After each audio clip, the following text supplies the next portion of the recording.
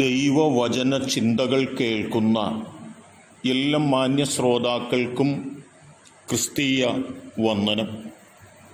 കൊരിന്ത്യർക്കെഴുതിയ 1-ാം ലേഖനം 10-ാം അധ്യായം 8-ാമത് വാക്യം, അവരിൽ ചിലർ പരസംഗം ചെയ്ത് ഒരു ദിവസത്തിൽ 23,000 പേർ വീണുപോയതുപോലെ നാം പരസംഗം ചെയ്യരുത് എന്ന് പറയുന്നതായ വാക്കുകളാണ്. കൊരിന്തിലുള്ളതായ വിശ്വാസികളോട് പൗലോസ് പറയുന്നത് സംഖ്യാപുസ്തകം 25-ാം അധ്യായത്തിൽ നിന്നുള്ള ആഴമായൊരു സംഭവത്തെ ഓർമ്മപ്പെടുത്തിക്കൊണ്ട് പറയുന്നതായ വാക്കുകളാണ് ഇവിടെ കാണുവാനായിട്ട് സാധിക്കുന്നത്. ഇസ്രായേൽ മക്കൾ ശിത്തീമിൽ പാർക്കുന്നതായ കാലഘട്ടത്തിൽ ജനം മോവാബ്യ സ്ത്രീകളുമായി പരസംഗം ചെയ്യുകയും ആ തലത്തിൽ ദൈവികമായ പ്രമാണങ്ങൾ വിട്ട് അവർ ദൈവത്തോട് പാപം ചെയ്യുകയും ദൈവത്തെ കോപിപ്പിക്കുകയും ചെയ്യുവാനായിട്ടിടയായിത്തീർന്ന സാഹചര്യങ്ങൾ ഓർപ്പിക്കുന്നുണ്ട്. എന്നാൽ മോശ സമാഗമന കൂടാരത്തിൻ്റെ വാതിൽക്കൽ കരഞ്ഞുകൊണ്ട് ഇരിക്കുകയും ഇസ്രായേൽ മക്കളുടെ സർവ്വസഭയും കാണുക ഒരു ഇസ്രായേല്യൻ തൻ്റെ സഹോദരന്മാരുടെ മധ്യത്തിലേക്ക് ഒരു മിദ്യാന്യ സ്ത്രീയെ കൊണ്ടുവരികയും ആ തലത്തിൽ ദൈവത്തെ കോപിപ്പിക്കുകയും ചെയ്യുവാനായിട്ടിടയായിത്തീർന്ന സാഹചര്യം ഓർപ്പിക്കുകയാണ്. അന്യമതസ്ഥരായ അന്യ ദൈവങ്ങളെ സേവിക്കുന്നതായ സ്ത്രീകളെ ഇസ്രായേൽ മക്കൾ അവരുടെ നടുവിലേക്ക് കൊണ്ടുവരികയും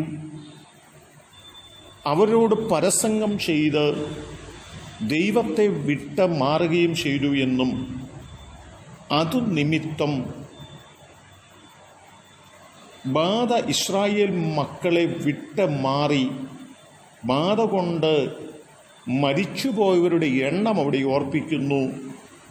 24,000 പേർ അവർ പരസംഗം ചെയ്യുക നിമിത്തം പട്ടുപോകുന്നതിന് കാരണമായി തീർന്നു എന്നുള്ളതാണ്. പൗലോസ് ഈ കാര്യം കൊരിന്തിലുള്ള വിശ്വാസികളെ ഓർമ്മപ്പെടുത്തിയിട്ട് പറയുകയാണ്,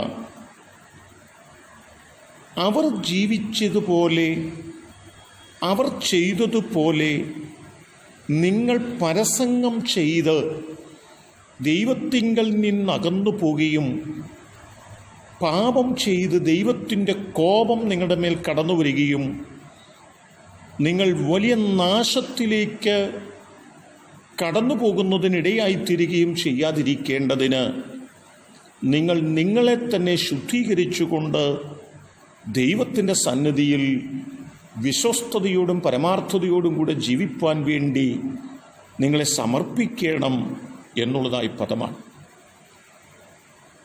ഈ ദൈവത്തിൻ്റെ വചനം നമ്മെ ഓർപ്പിക്കുന്നത് എന്താണെന്ന് ചോദിച്ചാൽ, പ്രമാണത്തിൽ നിലനിൽക്കേണ്ടതായ ജനം പ്രമാണം വിട്ട് പാപവഴികളിലൂടെ യാത്ര ചെയ്യുകയും ദൈവത്തെ കോപിപ്പിക്കുകയും ഒക്കെ ചെയ്യുമ്പോൾ അത് ദൈവത്തിൻ്റെ ശിക്ഷാ നടപടികളിലേക്ക് നാം കടന്നു പോകുവാൻ കാരണമാകുകയും ആ തലത്തിൽ നമ്മുടെ ജീവിതം തകർന്നു പോവുകയും ചെയ്യുമെന്ന് ഓർത്തുകൊണ്ട് നിങ്ങൾ തിന്മ വിട്ട് പാപവഴികൾ വിട്ട് ദൈവത്തിങ്കിലേക്ക് മടങ്ങി വരണമെന്നും ആ തലത്തിൽ ജീവിപ്പാൻ ഉത്സാഹിക്കണമെന്നും ഈ ചിന്ത നമ്മെ ഓർപ്പിക്കുകയാണ്.